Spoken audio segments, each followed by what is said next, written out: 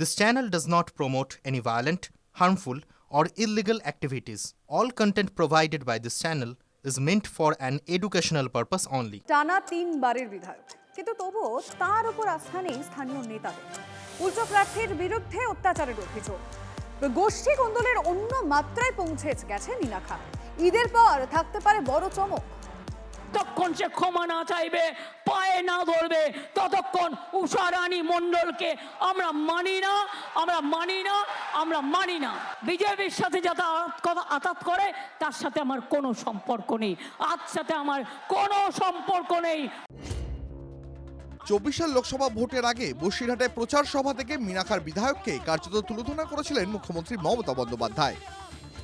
কিন্তু 26-এর প্রার্থী তালিকায় দেখা গেল উষা রানীতেই আস্থার জোড়া ফুলের। প্রার্থীর নাম ঘোষণার পর থেকেই মীনাখা কার্যত যুদ্ধক্ষেত্র, তৃণমূল বনাম তৃণমূল।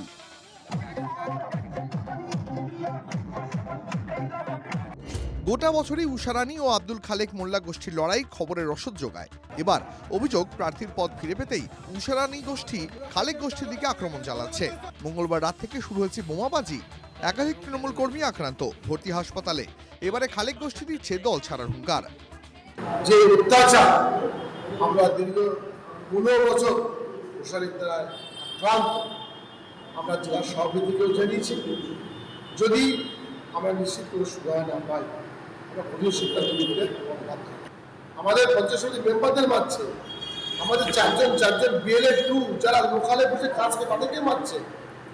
তো এর বিচার সুরা চাই, সুরা কি হয় আমরা দেখিনি, যদি সময় নিয়েছি সব দেখতে পাবেন। দুদিন পর কি মীনাখায় সত্যিই কোনো নাটক অপেক্ষা করে রয়েছে? খালেক সহ অন্য উষা রানী বিরোধী গোষ্ঠী যদি দল ছাড়ে, তাহলে লাভের গুড় খেতে পারে বিরোধীরা। সেক্ষেত্রে চাপ বাড়বে তৃণমূলের। স্বাভাবিক, কাউকে 15 বছর ধরে তোলাবাজি কাটমানিকর বিধায়ককে যদি প্রার্থী করে, এটাই স্বাভাবিক। কিন্তু তৃণমূল কংগ্রেসের পতন অনিবার্য, এটা কালের দেওয়ালে লিখন তৈরি হয়ে গেছে। মীনাখা যখন গোষ্ঠী কোন্দলে উত্তপ্ত, তখন পাশের কেন্দ্র হারোয়াতে তৃণমূলের গোষ্ঠী কোন্দলে খুনের অভিযোগ। মীনাখায় উদ্ধার হারোয়া বিধানসভার এক বুথের সভাপতি মসিউর রহমানের দেহ। এলাকায় তৃণমূল নেতৃত্বের মুখে গোষ্ঠী কোন্দলের কথা। এটা সম্পূর্ণ আমাদের দেওঙ্গা ব্লকের গোষ্ঠীদ্বন্দ্বের ফল। এই খুনের পিছনে জড়িত আমাদের দেওঙ্গা পঞ্চায়েত সমিতির ব্লক সভাপতি। অভিযোগের তীর দেগঙ্গা 2 নম্বর ব্লক তৃণমূল সভাপতি সুব্রত বসু ওরফে কৃষ্ণর বিরুদ্ধে।